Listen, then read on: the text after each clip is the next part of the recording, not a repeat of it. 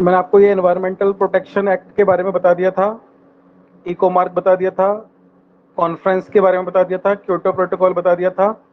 Kyoto protocol वगैरह cover करा दिया ना मैंने आपको। मिलेनियम डेवलपमेंट गोल्स ये भी कवर करा दिए थे। सस्टेनेबल डेवलपमेंट गोल्स ये भी कवर करा दिए थे आपको। पेरिस एग्रीमेंट भी कवर करा दिया था। आज मुझे जो आपको कवर कराना है ना, वो कवर कराना है सस्टेनेबिलिटी। इनकी टर्मिनोलॉजीज नहीं कराई ना मैंने अभी आपको ये। नहीं सर। ठीक है, यहाँ से शुरू करते हैं हम सस्टेनेबिलिटी के मतलब से। देखते हैं सस्टेनेबिलिटी का मतलब। देखो, सस्टेनेबिलिटी का सिंपल मतलब क्या है? Everything what we needed for our survival, यानी इंसान के सर्वाइवल के लिए, हमारे सर्वाइवल के लिए जो भी चीज़ें जरूरी हैं। फॉर एग्जांपल वाटर जरूरी है, एयर जरूरी है, या other kind of material resources जो भी हमारे सर्वाइवल के लिए जरूरी है ना, वो सब सस्टेनेबिलिटी का पार्ट है। और अगर आप चाहते हो to find something is sustainable, ask yourself the questions. यानी आप चाहते हो कि कुछ चीज़ें सस्टेनेबल रहें, तो कैसे रहेंगी? Can I do this for ever? For example आपसे बोला जाए कि भाई आप ना प्लास्टिक्स को मल्टीपल टाइम्स यूज करो। ऐसा क्यों? क्योंकि प्लास्टिक्स को डिकम्पोज होने में ना मिलियंस ऑफ ईयर्स लग जाते हैं, और अगर ज्यादा मात्रा में प्लास्टिक प्लास्टिक हो जाएगी तो फिर पॉल्यूशन बढ़ेगा। तो अनसस्टेनेबल कंजम्पशन का एग्जाम्पल बन जाएगा ये, अगर आप उसको हमेशा नहीं कर सकते तो सस्टेनेबिलिटी का सिंपल मतलब क्या है? जो भी चीजें आपके सर्वाइवल के लिए आपको जरूरी है, वो सब सस्टेनेबिलिटी है। यानी कि आपने क्या करना है, नेचुरल रिसोर्सेज का यूज जो करना है, वो ऐसे करना है कि आने वाली जनरेशंस के लिए उनको प्रिजर्व करके रखा जा सके। This is called sustainability. यानी जो वाटर है आपका, इसको इस तरीके से यूज करो जिससे कि आने वाली जनरेशन के लिए ये प्रिजर्व रहे। एयर कैसे प्रिजर्व रहेगी भाई? पॉल्यूशन कम से कम होना चाहिए। धीरे धीरे करके एयर की क्वालिटी खराब होती चली जाएगी, तो आने वाली जनरेशन के लिए बैड क्वालिटी ऑफ एयर मिलेगी। ठीक है, तो सस्टेनेबिलिटी का सिंपल मतलब जो भी हमारे सर्वाइवल के लिए जरूरी है वो, या फिर दूसरी डेफिनेशन ऐसे बोल सकते हैं कि हम क्या करेंगे, रिसोर्सेज को इस तरीके से यूज करेंगे, इस तरीके से प्रिजर्व करके चलेंगे जिससे आने वाली जनरेशन के लिए उनको प्रिजर्व करा जा सके। अब इसकी कुछ टर्मिनोलॉजीज आपके सामने दी गई हैं। पहली टर्मिनोलॉजी है दैट इज ग्लोबल वार्मिंग। अब इस ग्लोबल वार्मिंग का मतलब क्या है? ग्लोबल वार्मिंग का मतलब है increasing greenhouse gas level or enhancing the greenhouse effect. यानी कि ग्रीन हाउस गैसेस का लेवल ना बढ़ता चला जा रहा है, और जिसकी वजह से क्या हो रहा है, ग्रीन हाउस इफेक्ट बढ़ रहा है और ग्लोबल वार्मिंग। और इसके काफ़ी सारे कॉजेज क्या क्या हैं? टेम्परेचर वर्ल्ड वाइड बढ़ रहा है, वेदर के अंदर चेंज आ रहा है, और इसी का नाम ग्लोबल वार्मिंग। और बेसिकली हो क्या रहा है इसके अंदर, जो अंटार्कटिका वाला एरिया है ना, उसके ऊपर ओजोन लेयर के अंदर होल हो चुका है, और वहां से क्या हो रहा है, सन रेज डायरेक्टली अंटार्कटिका के अंदर आ रही हैं, जिसकी वजह से इम्पैक्ट क्या पड़ रहा है, ग्लेशियर्स पिघल रहे हैं और पानी बन रहे हैं। और अगर ग्लेशियर सारे पिघल जाएंगे तो पृथ्वी पे पानी की मात्रा ज़्यादा हो जाएगी, तो सब लोग डूब सकते हैं। वो खतरा बना हुआ है ग्लोबल वार्मिंग का। टेम्परेचर वर्ल्ड वाइड बढ़ता चला जा रहा है, तभी इसका नाम ना ग्लोबल वार्मिंग है। वार्मिंग का मतलब है गर्म होना, यानी जो हमारा ओशन है ना, वो गर्म हो रहा है, टेम्परेचर बढ़ता चला जा रहा है। तो आप गर्मी का लेवल देख ही रहे हो कि गर्मी कितनी ज़्यादा बढ़ती चली जा रही है। ये ग्लोबल वार्मिंग का एग्जाम्पल है। ठीक है, अब देखो आप आगे की तरफ, दूसरी terminology that is green washing. Green washing का मतलब लिखा हुआ है यहाँ पे, ऑफिशियली फेक ग्रीन प्रोडक्ट। यानी ऐसा प्रोडक्ट जो ऑफिशियली तो फेक है, लेकिन हम उसको क्या बोल रहे हैं कि ये ग्रीन प्रोडक्ट है, हरा भरा प्रोडक्ट है। अब कोई प्रोडक्ट ऑफिशियली फेक ग्रीन कैसे हो सकता है? देखते हैं इसका एग्जाम्पल। ये देखो, इसका मतलब है it is a term describing the fraud made by company when they pretend they help environment. यानी ये डिस्क्राइब करता है जो फ्रॉड कंपनीज के द्वारा करा जा रहा है, जब कंपनीज के द्वारा बोला जाता है कि ये लोग एनवायरनमेंट की हेल्प कर रहे हैं बाय यूजिंग ग्रीन मार्केटिंग। और ग्रीन मार्केटिंग का मतलब क्या है? आपको प्रोडक्ट के ऊपर लिखा मिलेगा केमिकल फ्री, आपको लिखा मिलेगा earth friendly, bio, non toxic, certified green, natural, eco. जब इस तरीके के आपको शब्दों का इस्तेमाल देखने को मिलेगा, तो आप समझ जाना कि आपके साथ ग्रीन वॉशिंग करी जा रही है। यानी ये लोग बोलना चाहते हैं कि हम एनवायरनमेंट को हार्म नहीं पहुंचा रहे, लेकिन क्या कोई भी प्रोडक्ट नेचुरल है? नहीं है। नॉन टॉक्सिक, टॉक्सिक तो है ही सब जगह, बायो नो, अर्थ फ्रेंडली भी कोई प्रोडक्ट नहीं है, केमिकल फ्री भी नहीं है, इको फ्रेंडली भी नहीं है। तो यानी कि हर प्रोडक्ट के द्वारा कुछ ना कुछ हार्म तो पहुंचाया जा रहा है। तो जब ऐसी टर्मिनोलॉजीज उन प्रोडक्ट के आगे एक्चुअल में लिखी होंगी, तो हम समझ जाएंगे कि हमारे साथ क्या करा जा रहा है, ग्रीन वॉशिंग करी जा रही है। यानी बेसिकली कंपनीज के द्वारा एक फ्रॉड करा जा रहा है जब ये लोग वो बोलते हैं कि हम एनवायरनमेंट की मदद करते हैं ग्रीन मार्केटिंग करके, यानी कि लोगों को ये बताना चाहते हैं कि हम जो प्रोडक्ट बेचते हैं वो एनवायरनमेंट फ्रेंडली प्रोडक्ट है, एनवायरनमेंट को ज़्यादा हार्म नहीं पहुंचा रहा, जिससे कि ज़्यादा से ज़्यादा लोग इनके प्रोडक्ट्स को खरीदें।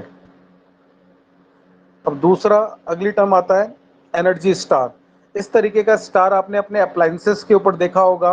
वॉशिंग मशीन खरीदोगे, टीवी खरीदोगे या रेफ्रिजरेटर खरीदोगे, कुछ भी अप्लायंसेस आप अपने घर में खरीदोगे ना, उस पे एक एनर्जी स्टार आता है जिसके ऊपर 1 स्टार बना होगा, किसी पे 2 होंगे, किसी पे 3 स्टार, किसी पे 4 स्टार, 5 स्टार।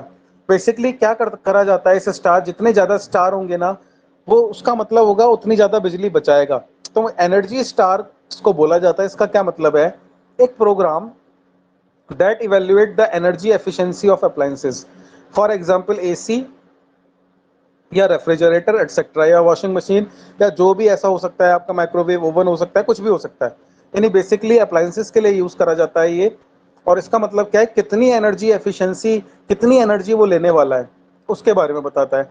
जितने ज़्यादा स्टार होंगे उतनी ज़्यादा लाइट की सेविंग होगी, जितने कम स्टार होंगे उतनी कम लाइट की बचत होगी। तो ये होता है हमारा एनर्जी स्टार, ये भी आपने देखा होगा टर्मोलॉजी में।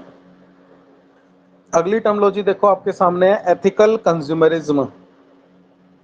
सबसे पहले 2 टर्म है इसके अंदर, एक शब्द है एथिक्स, दूसरा है कंज्यूमरिज्म। क्या मतलब है, कंज्यूमर का मतलब है the buying of products that are made ethically. यानी एथिकल कंज्यूमरिज्म क्या है, ऐसे प्रोडक्ट को खरीदना, ऐसे प्रोडक्ट को खरीदना जो कि कैसे बने हुए हैं, एथिकली। और एथिकली मेड प्रोडक्ट कौन से होंगे, जो एनवायरनमेंट को कम हार्म पहुंचा के बने हैं, जो एनवायरनमेंट को कम नुकसान पहुंचा के बने हैं। नुकसान तो पहुंचाएगा हर एक प्रोडक्ट, लेकिन जिसने कम नुकसान पहुंचाया है वो एथिकल प्रोडक्ट है। या फिर जिसने लेबर को कम से कम एक्सप्लॉइट करा है, वो आपका एथिकल कंज्यूमरिज्म का पार्ट है। ठीक है, देखो the buying of products that are made ethically, यह है आपका एथिकल कंज्यूमरिज्म। और एथिकली मेड प्रोडक्ट कौन से हैं, ethically made product are those made with the least harm to the environment, जो एनवायरनमेंट को कम हार्म पहुंचा के बने हैं, and animals, and no exploitation of human और ह्यूमन लेबर। यानी इंसान या इंसानी लेबर को कम से कम नुकसान पहुंचा के जो प्रोडक्ट बनेंगे उनको हम एथिकल मेड प्रोडक्ट बोलते हैं, और उसी का नाम क्या है, एथिकल कंज्यूमरिज्म है। यानी ऐसे प्रोडक्ट को यूज करना जो एनवायरनमेंट को कम नुकसान पहुंचा के बने हुए हैं, उनको जब आप खरीदोगे, this is called ethical consumerism. ये एथिकल कंज्यूमरिज्म की डेफिनेशन है। अब इसके बाद नेक्स्ट टर्मिनोलॉजी देखो आप, क्रेडल टू ग्रेव। इसका मतलब क्या होता है, किसी प्रोडक्ट की लाइफ उसके क्रिएशन से लेके उसके एंड यूज तक, यानी जितना भी टाइम पीरियड तक वो यहाँ पे रहेगा, जिस दिन उसको बनाया गया,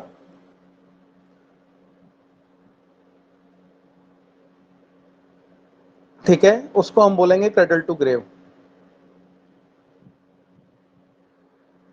यह है क्रेडल टू ग्रेव का सिस्टम, ठीक है ना। किसी प्रोडक्ट की लाइफ उसके क्रिएशन से लेके एंड यूज तक, ठीक है। अब देखो क्रेडल टू क्रेडल, इसका क्या मतलब है, using end use product as the source of a new product. यानी कि कोई आपने प्रोडक्ट को यूज कर लिया, लेकिन उस एंड प्रोडक्ट को आप क्या कर रहे हो, किसी दूसरे प्रोडक्ट के लिए एज अ सोर्स यूज कर रहे हो, ठीक है। अब देखो क्या मतलब है इस चीज का, कि भाई एंड प्रोडक्ट को दूसरे प्रोडक्ट के लिए, जैसे आपके पास एक एग्जांपल लिखा हुआ है, यहाँ पे एग्जांपल क्या आ रहा है आपके सामने। सपोज ये एक टी शर्ट है, इस टी शर्ट को आपने क्या करा, बायोडिग्रेड करा। बायोडिग्रेड करने के बाद कंपोस्ट करा, यानी कि कंपोस्ट बना दिया, लिक्विड में कन्वर्ट कर दिया। कंपोस्ट करने के बाद इसको खेतों में आपने डाल दिया, खेतों में डालने के बाद क्या होगा, यहाँ से कॉटन उगेगी, और कॉटन को आप कलेक्ट करोगे, और कॉटन को कलेक्ट करने के बाद मैन्युफैक्चर करोगे, फिर से नया कपड़ा बना लोगे। यानी आपने क्या करा, एंड प्रोडक्ट को खत्म, जो प्रोडक्ट हो रहा है जिसको आपने यूज कर दिया है, अब आप यूज नहीं करना चाहते, उसको बायोडिग्रेड करा जाएगा। उसको बायोडिग्रेड करने के बाद उसको कंपोस्ट करा जाएगा, और कंपोस्ट करने के बाद कॉटन उसमें उगेगी, उसको रिकलेक्ट करा जाएगा, और देन उसको फिर से मैन्युफैक्चर करके टी शर्ट बना दी जाएगी। तो यह रहता है आपका क्रेडल टू क्रेडल। यानी एक ऐसा प्रोडक्ट जिसको आप एंड प्रोडक्ट हो चुका है, और उसको बाद में आप एक न्यू प्रोडक्ट की तरह से यूज कर रहे हो, this is called cradle to cradle.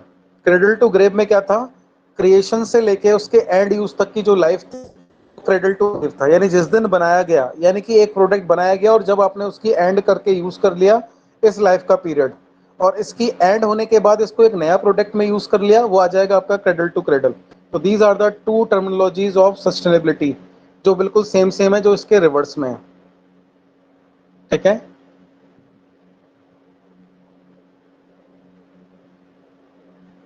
आगे बढ़े। आवाज आ रही है ना बच्चों आपको? Yes sir. Yes sir. ठीक है, अब आगे की तरफ बढ़ते हैं। अगली टर्मिनोलॉजी आपके सामने आ रही है कार्बन फुटप्रिंट।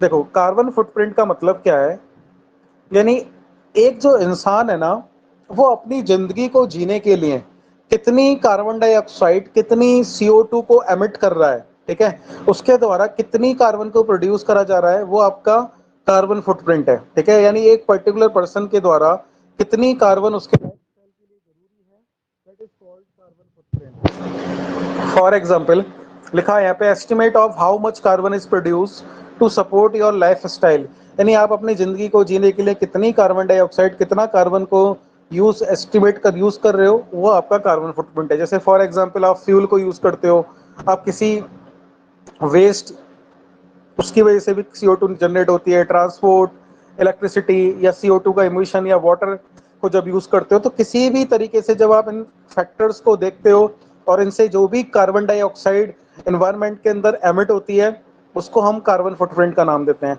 अब यहाँ पे एक शब्द लिखा हुआ है ऑफसेट। ऑफसेट भी अभी आने वाला है, अगली टर्मिनोलॉजी मेरी कार्बन ऑफसेटिंग रहेगी, तो वहां पे कवर हो जाएगा कि कार्बन ऑफसेट इसका फैक्टर कैसे है। यानी किसी भी पर्सन की लाइफ स्टाइल को जीने के लिए उसके द्वारा, यानी अगर वो बस में आ रहा है, जा रहा है, घर में AC चला रहा है तो इलेक्ट्रिसिटी का यूज कर रहा है, पानी का यूज कर रहा है, वेस्ट जनरेट हो रहा है, तो वो सब कार्बन फुटप्रिंट का पार्ट बन जाएगा एक पर्टिकुलर पर्सन का। अब हम अपने घर के अंदर रेफ्रिजरेटर भी यूज करते हैं, हम प्लास्टिक्स भी यूज करते हैं। अगर आप चाहते हो कि भाई आपका कार्बन फुटप्रिंट कम हो जाए, सपोज जैसे आप अपनी कार लेके ट्रैवल कर रहे हो, तो जहां पे पॉसिबल है आप पब्लिक ट्रांसपोर्ट का यूज कर सकते हो। तो अगर आप पब्लिक ट्रांसपोर्ट का यूज करोगे तो कार्बन फुटप्रिंट कुछ हद तक रिड्यूस हो सकता है। या फिर आप क्या कर सकते हो, अपने रेफ्रिजरेटर को लो पे सेट कर सकते हो। ठीक है, प्लास्टिक्स को मल्टीपल टाइम यूज कर सकते हो, तो कुछ हद तक आपका जो कार्बन फुटप्रिंट है ना पर्टिकुलर पर्सन का, वो रिड्यूस हो जाएगा। ये कार्बन फुटप्रिंट इसको नाम दिया गया है। इसके बाद आता है कार्बन ऑफसेटिंग, यानी कि कार्बन जितनी प्रोड्यूस करी जा रही है ना, उसको कम भी करने के लिए आप कुछ काम कर रहे हो। यानी use to reduce amount of carbon that an individual और institution emit into the atmosphere, यानी एक पर्सन के द्वारा कितनी कार्बन डाइऑक्साइड एटमॉस्फेयर के अंदर जो इमिट करी जा रही है, उत्सर्जित करी जा रही है, उस अमाउंट को रिड्यूस करना। कैसे रिड्यूस करा जा सकती है, इसका एक एग्जांपल दिया हुआ है मैंने नीचे की तरफ, देखो। फॉर एग्जाम्पल एक फ्लाइट अगर जाती है तो कम से कम मान के चलो 2268 kg CO2 एमिट करती है एनवायरनमेंट के अंदर, 2268 kg CO2। अगर आप इसको ऑफसेट करना चाहते हो इतनी सारी कार्बन डाइऑक्साइड को, तो आपको पता है क्या करना पड़ेगा, 6 ट्रीज लगाने पड़ेंगे पर पैसेंजर पर राउंड ट्रिप फ्लाइट। यानी एक राउंड ट्रिप फ्लाइट के लिए कम से कम, एक फ्लाइट के अंदर आप देखते हो 250, 300, 400 तक पैसेंजर होते हैं, और पूरे दिन के अंदर 24 घंटे फ्लाइट्स चलती हैं। कितनी सारी फ्लाइट्स चलती हैं, अगर इस हिसाब से देखो तो कई लाख के हिसाब से आपको डेली बेसिस पे पेड़ लगाने पड़ेंगे। तो उस कार्बन डाइऑक्साइड को ऑफसेट किया जा सकता है। क्या पर पैसेंजर इतने पेड़ कंपनीज के द्वारा या हमारे द्वारा लगाए जाते होंगे? आंसर इज नो, नहीं लगाए जाते। तो कार्बन को ऑफसेट, जैसे आप देखते हो ना, सड़क पे भी चलते हो तो बीच में आपने पट्टी देखी होगी, वहां पे पेड़ पौधे लगे होते हैं। क्यों उस पट्टी के अंदर बीच में पेड़ पौधे लगे हुए हैं? क्योंकि भाई सड़कों पे जा रहे हो, ट्रैफिक चल रहा है, कार है, बाइक है, ट्रक है, तो यहाँ से CO2 जनरेट हो रही है, एमिट हो रही है एनवायरनमेंट के अंदर, आपको धुआं धुआं दिखाई देगा अगर वो प्लांट्स ना हो। चारों तरफ भी पेड़ लगे होते हैं, साइड में भी पेड़ लगे होते हैं, बीच में भी पेड़ लगे होते हैं। तो ये पेड़ क्या करते हैं, ट्रीज क्या करते हैं, इस कार्बन को ना ऑफसेट करने का काम करते हैं। ठीक है, तो हमें क्या करना पड़ेगा, अगर हम कार्बन को ऑफसेट करना चाहते हैं तो ज्यादा से ज्यादा ट्रीज को प्लांटेशन करना पड़ेगा, तभी इस कार्बन को ऑफसेट किया जा सकता है। ठीक है, तो कार्बन फुटप्रिंट, कार्बन हमारे द्वारा ही एमिट करी जा रही है एनवायरनमेंट में, और अगर हम इसको ऑफसेट करना चाहते हैं तो हमें ज्यादा से ज्यादा मैक्सिमम नंबर ऑफ ट्रीज को प्लांट करना पड़ेगा। या फिर दूसरा तरीका यह है कि जो कार्बन एमिट करने वाली चीजें हैं उसको आप यूज कम से कम करो, लेकिन अब एमिट होगी ही होगी एनवायरनमेंट के अंदर, समझ रहे हो? तो हम जहाँ पॉसिबल हो सकता है वहाँ पे कम यूज़ कर सकते हैं, लेकिन जहाँ कुछ चीज़ें ऐसी हो सकती हैं कि जहाँ पे हमारा काम नहीं चलेगा, तो वहाँ पे तो कार्बन एमिट होगी ही होगी एनवायरनमेंट के अंदर। कोई दिक्कत तो नहीं यहाँ तक कार्बन ऑफसेटिंग तक किसी को भी? No, sir. No sir. अब देखो अगली टर्मिनोलॉजी आप, अगला आता है इकोलॉजिकल फुटप्रिंट। क्या इस डायग्राम को समझ के कोई एक्सप्लेन करेगा क्या कहना चाहता है ये इकोलॉजिकल फुटप्रिंट?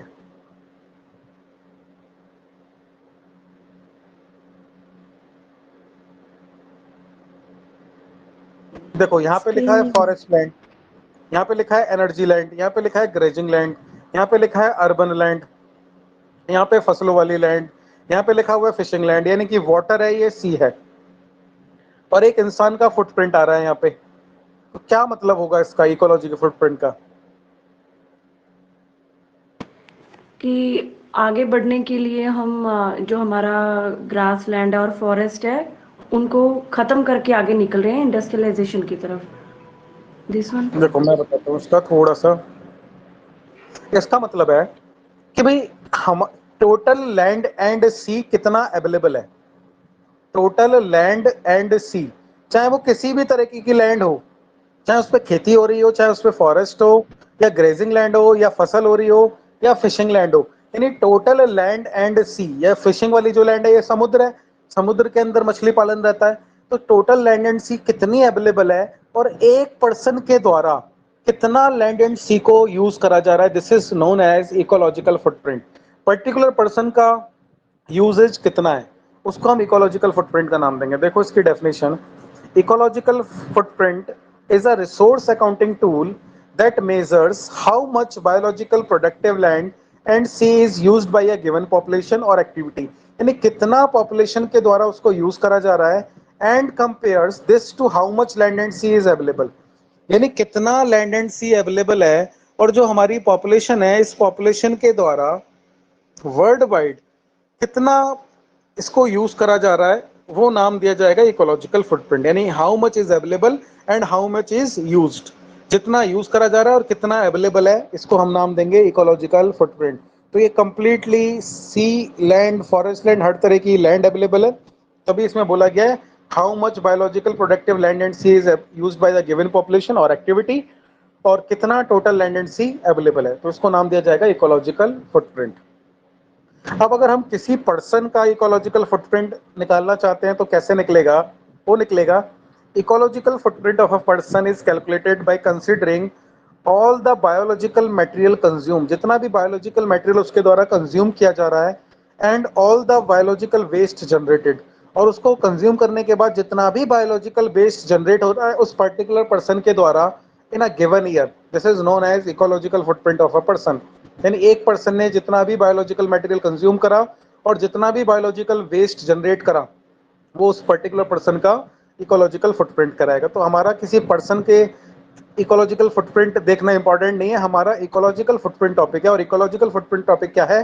कितना लैंड एंड सी अवेलेबल है और कितना लैंड एंड सी यूज करा जा रहा है, this is known as ecological footprint. ये इकोलॉजिकल फुटप्रिंट है।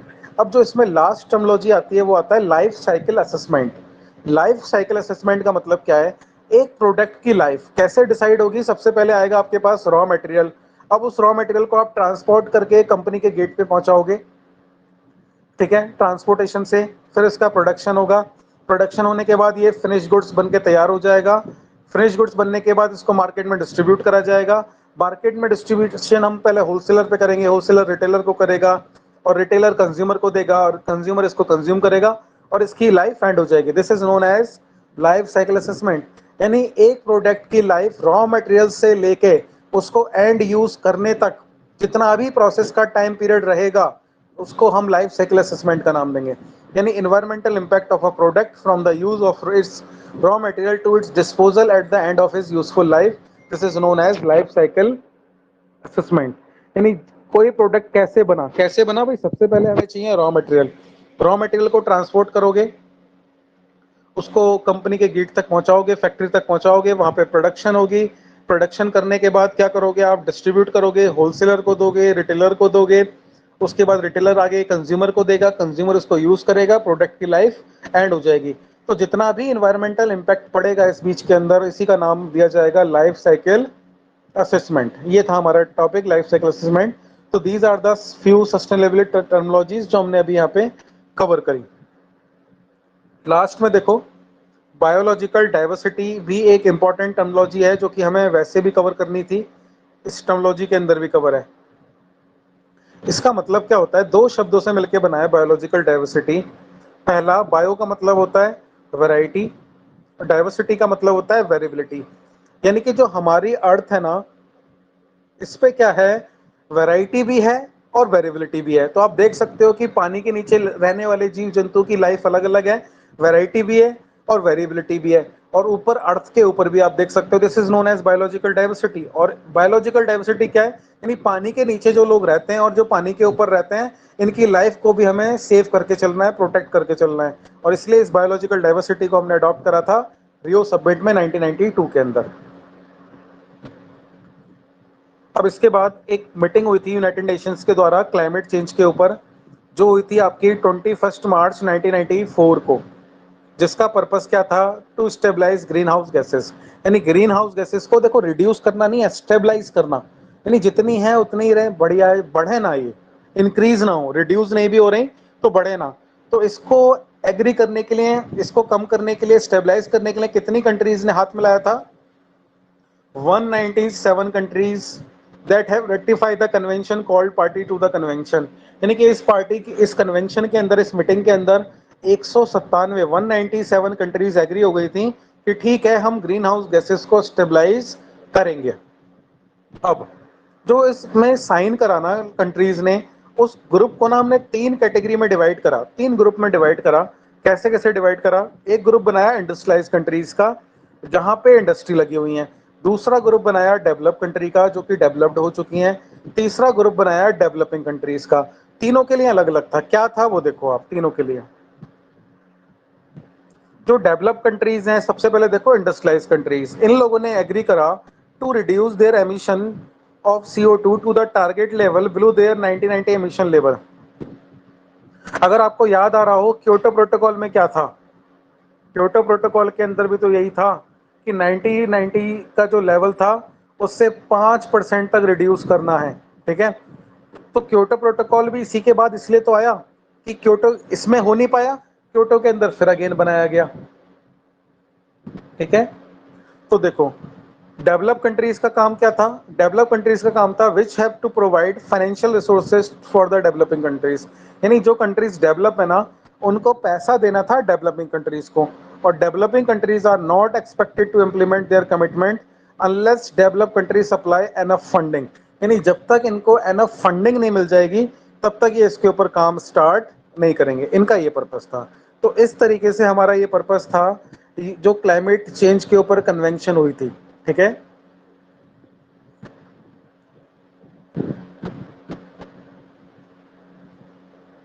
क्लियर है ये चीज? Yes, sir. सर एक बार फिर से बता दीजिए। फिर से बता देता हूँ। देखो 1994 के अंदर क्लाइमेट चेंज के ऊपर एक मीटिंग हुई थी, यूनाइटेड नेशंस के द्वारा बुलाई गई थी। 197 कंट्रीज ने इसके अंदर पार्टिसिपेट करा था। और पार्टिसिपेट करने के बाद इन कंट्रीज को तीन हिस्सों के अंदर डिवाइड करा गया। तीन हिस्से कौन कौन से थे, industrialise countries, develop countries, developing countries. ठीक है, इंडस्ट्रियलाइज कंट्रीज ने बोला ठीक है, हम 1990 के लेवल से इसको कम करेंगे। दूसरा, डेवलप कंट्रीज ने बोला कि भाई हम फाइनेंस प्रोवाइड करेंगे, किसको, डेवलपिंग कंट्रीज को। और डेवलपिंग कंट्रीज ने क्या बोला कि हम तब तक काम नहीं करेंगे जब तक हमें फंडिंग नहीं मिलेगी। ठीक है, दिस वाज। अब मैंने ना आपको टेस्ट भेजा था, एक बोला था आप करना, आपने वो करा एनवायरमेंट का। 5 क्वेश्चंस थे, अभी मैंने ग्रुप में मैसेज किया है जिसको, फिर मैसेज कर रहा हूँ, एक बार देखो, नहीं करें तो 5 मिनट 2 मिनट का टाइम लो बस।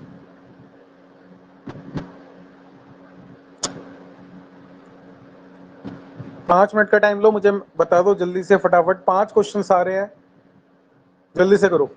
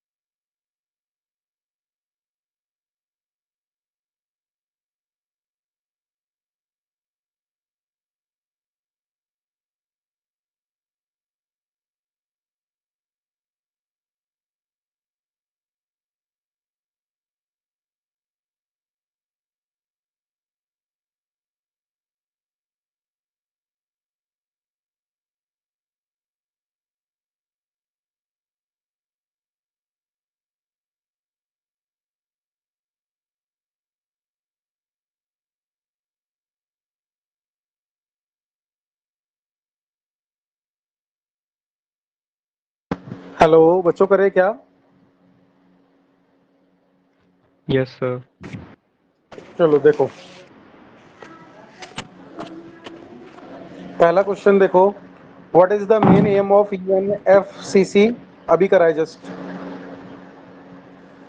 Option A sir. Sir option yes, A. Option A, stabilisation of greenhouse gases. Which convention adopt for the production of ozone layer? Sir Vienna. Montreal C, Montreal protocol. Montreal Montreal sir. Protocol के अंदर हमने ozone layer की बात करी थी। अर्थ summit किससे deal करता है? Option A. Option A, biological diversity. Question number 4 देखो, what are the goals of millennium development goals? Option D. Sir D. D, first second third fourth सारे ही हैं। सस्टेनेबल एनर्जी क्या है? Option C. Both A and B, ठीक sir है ना? Both A and B. किसी का गलत तो नहीं है इसमें? आसानी थे क्वेश्चन। Yes sir sir. एक बार थर्ड का बताना। सर थर्ड क्वेश्चन एक बार। एक सेकंड बच्चे, बस थर्ड देख लूं मैंने बैक कर दिया। थर्ड है, अर्थ समिट इज डील्स विद। देखो मैंने आपको कराया था एक टॉपिक, जा रहा हूं मैं आपको वहां से देख लेना। अर्थ समिट ना काफी सारी चीजों से डील करता है, दिखाता हूँ कहाँ पे है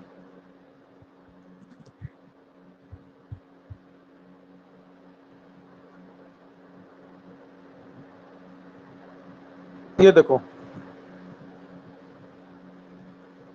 यहाँ पे हमारा था topic United nation conference on environment and development. इसकी प्लेस रियो थी। रियो को ही अर्थ समिट बोला जाता है, ठीक है ना? यानी Rio summit is also known as earth summit. और रियो समिट का, अर्थ समिट का कुछ आउटकम था। एजेंडा 21 भी यहीं से आया, फॉरेस्ट के प्रिंसिपल भी यहीं से आए, क्लाइमेट चेंज का फ्रेमवर्क भी यहीं से आया, बायोलॉजिकल डाइवर्सिटी भी यहीं से आई। This the answer. Montreal protocol भी यहीं से आया। यानी अगर इस ऑप्शन को मैं ऐसे भी बना सकता था, इसमें तो सिर्फ एक ही लिखा था बायोलॉजिकल डाइवर्सिटी। मैं चाहता तो इसको ऑल ऑफ द अबव लिख के ना डी करके कैसे बनाता, उसमें बायोलॉजिकल डाइवर्सिटी भी लिखता, फॉरेस्ट प्रिंसिपल भी लिखता, मॉन्ट्रियल प्रोटोकॉल भी लिखता और लास्ट में लिखता ऑल ऑफ द अबव। तो यहाँ पे सिर्फ एक ही लिखा था। तो अगर अर्थ ऐसा ही क्वेश्चन रिपीट होगा ना, तो आप देख लेना, these are the outcome of this Earth Summit. ये डॉक्यूमेंट्स थे इसके आउटकम, ठीक है? आंसर 22 को है, बायोलॉजिकल डाइवर्सिटी डे 2 दिन हाँ बाद ही बिल्कुल, है। बिल्कुल, एंड ठीक सर है। सेकंड क्वेश्चन में मॉन्ट्रियल प्रोटोकॉल आंसर है। हाँ बच्चे, मॉन्ट्रियल प्रोटोकॉल आंसर है।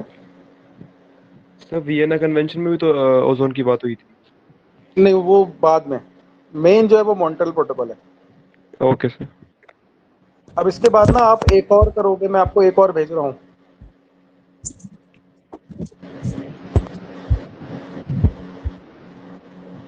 मैंने ऑलरेडी भेज रखा है, मैं उस पर मार्क कर रहा हूँ ग्रुप में। 6 पेज की पीडीएफ है।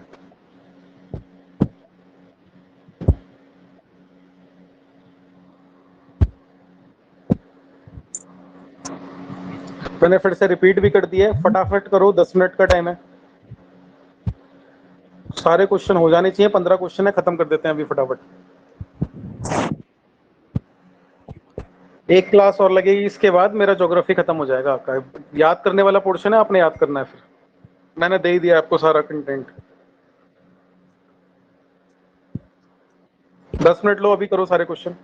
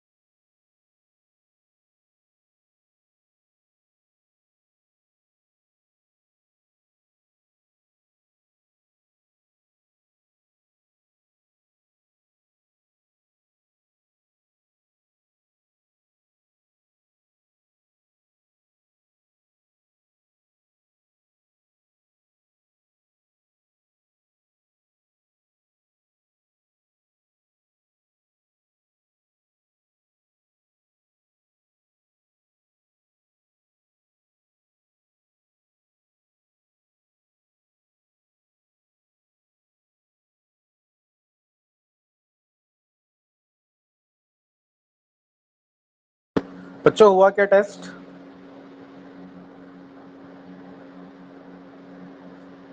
Yes sir. देखो, व्हाट डज मींस एजेंडा 21 क्या क्या है इसका? Sir third. Third sustainable development का यस। ब्लूप्रिंट था। Yes right. World environment day पहली बार कब सेलिब्रेट हुआ? Option third 1974। 1974। Rio summit is also known as, just अभी बताया था थोड़ी देर पहले, option sir second earth earth summit. Summit. Earth summit. Sustainable development goals कब तक अचीव करने हैं?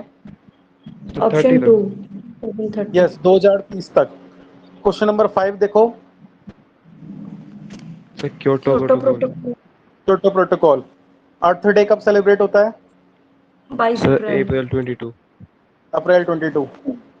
Largest source of water pollution in major rivers of India? Number 3। Untreated sewage sir. Yes untreated sewage. ठीक है, इतनी स्मॉल स्केल इंडस्ट्रीज नहीं है जितने अनट्रीटेड सीवेज हैं। विच of the following phenomena is not a natural hazard? Sir chemical chemical contamination. Contamination. Yes chemical contamination. How does corona virus transmit? ये तो कर दिया होगा। Sir all. All of the yes. What percentage of planets land is covered by the forest? 30। Sir I think 30। 25%। ठीक है, assertion 25। Reasons वाले करो। Sir इसका नाम सर किए थे ये दर्शन पर वाले। 11 का क्या करा बताओ?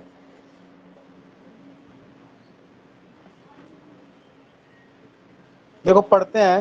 सर 11 बहुत क्वेश्चन था। करेक्ट। हाँ बोथ तो करेक्ट हैं, लेकिन सर उसका रीजन नहीं है बट ये। Yes right answer. इसका ये रीजन सही नहीं है। बहुत बढ़िया ऋतिक, बहुत अच्छा आंसर किया आपने। देखो sustainable development is critical to well being of human society, ये था कि भाई सस्टेनेबल डेवलपमेंट जो है वो ह्यूमन सोसाइटी के वेल बीइंग के लिए क्रिटिकल है। यस। दूसरा, क्योंकि आसान नहीं है ना सस्टेनेबल डेवलपमेंट को फॉलो करना। Environment sound policy does not harm the environment और डिप्लीट द नेचुरल रिसोर्सेज, ये भी ठीक है।